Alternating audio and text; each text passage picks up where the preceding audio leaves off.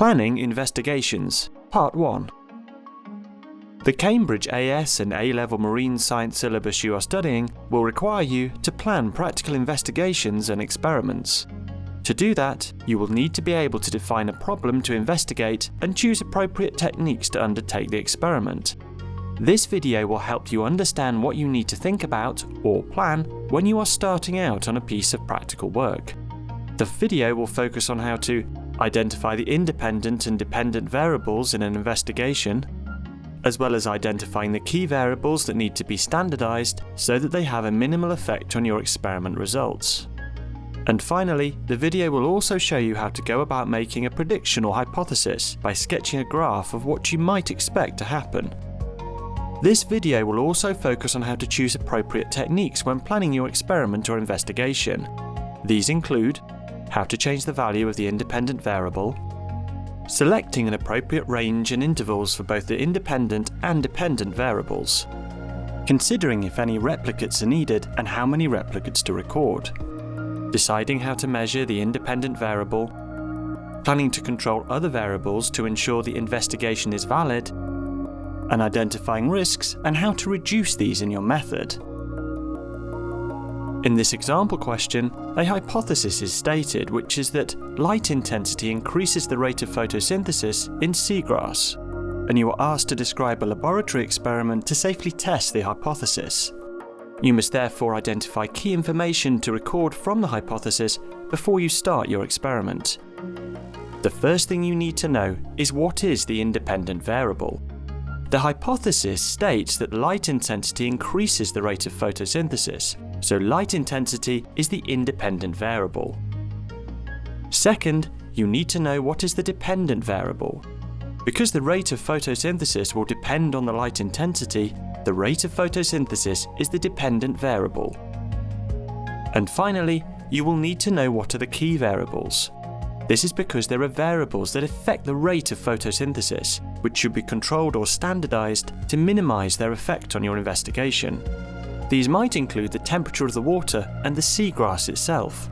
For example, the amount of seagrass, the size of the seagrass plants, and the species or type of seagrass used. Additionally, other variables would include the supply of carbon dioxide in the water, as carbon dioxide is used up in photosynthesis, and other sources of light around the room or from outside the room where you plan to carry out the investigation. Having now identified the key variables in your experiment, you now need to plan how to investigate the hypothesis. First, let's consider the independent variable, which you know is light intensity. How do you think you can change this variable so that you can collect suitable data? Light intensity will decrease as a lamp moves further from the seagrass, so you could start by moving a lamp along a line, such as a tape measure, so that the light source can be brought closer or further away from the seagrass. Next, you will need to think about the range you will use to alter the light intensity.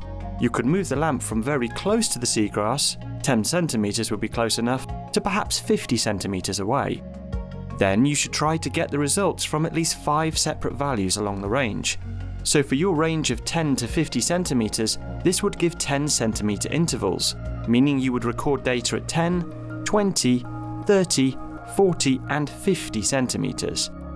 Finally, you should try to get several results at each light intensity to allow you to calculate a mean. 3 results at each distance would allow you to do this. Now let's consider the dependent variable, which we know is the rate of photosynthesis. How do you think you can measure this?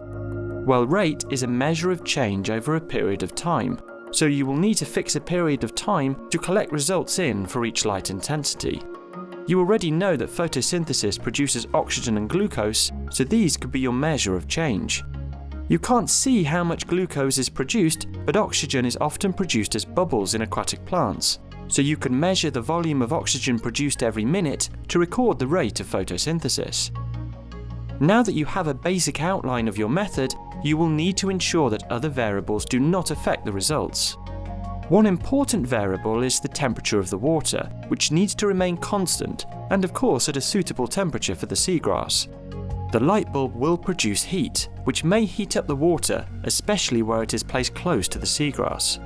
You could reduce the impact of this by either placing the experiment in a large beaker of water to keep it cool, or by placing a perspex screen between the lamp and the experiment to reduce heat transfer. Using cooler running LED lighting would also help, of course. Another variable you should consider is the seagrass. The seagrass used should be the same species throughout the experiment, and you should use the same number and size of plants. You might actually choose the same plants throughout the experiment, just moving them to different distances to standardize this variable. A third variable you may need to consider is the supply of carbon dioxide. As you know, plants need carbon dioxide for photosynthesis, and any reduction of carbon dioxide in the water will reduce the rate of photosynthesis in the seagrass. By adding a little sodium hydrogen carbonate to the water, you will make sure that carbon dioxide does not limit the rate of photosynthesis. One other variable that you should think about is the background light. There may be other light sources in the room or bright light coming in from outside through the windows. To reduce the impact of these light sources, you should switch them off or close blinds so the main light source is the lamp you are moving. Finally, the question also asks you to safely describe a method, so you should include safety considerations for your chosen method. You will be using electrical equipment and water together in this investigation, so you need to be careful not to have wet hands when handling electrical equipment. Additionally, the bulb in the lamp may get very hot, so you will need to be careful not to touch the bulb to avoid burns. So this completes your plan to safely test the hypothesis that light intensity increases the rate of photosynthesis in seagrass. But what if you're asked to sketch a predicted graph for the hypothesis? You would need to show what you expect the trend for the results to look like. Let's have a look at what you could draw. The x-axis on your graph should represent the independent variable. Because you change the light intensity by changing the distance from the lamp, this is the label for the x-axis. The y-axis on your graph should represent the dependent variable. Because you measured the rate of photosynthesis by measuring the volume of oxygen produced per minute, this is the label for the y-axis. Finally, you should sketch a line to show what you expect to happen. You might expect the rate of photosynthesis to decrease as the distance of the lamp increases. So this is your predicted sketch graph. So next time you plan an experiment, remember to do the following. First, identify the independent variable and decide how it's measured and how to change its value. Then choose an appropriate range and intervals or replicates for the independent variable. Identify the dependent variable and decide how to measure it. And finally, identify any key variables and decide how to control or standardize each one so that they don't adversely affect your experiment results. You might also have to consider safety issues, so always consider the risks and take appropriate precautions. If you're asked to predict the results in the form of a graph, you will need to show what you expect the trend for the results to look like. Place the independent and dependent variables on the appropriate axis and draw a sketch of your predicted trend of results on the graph. Good luck!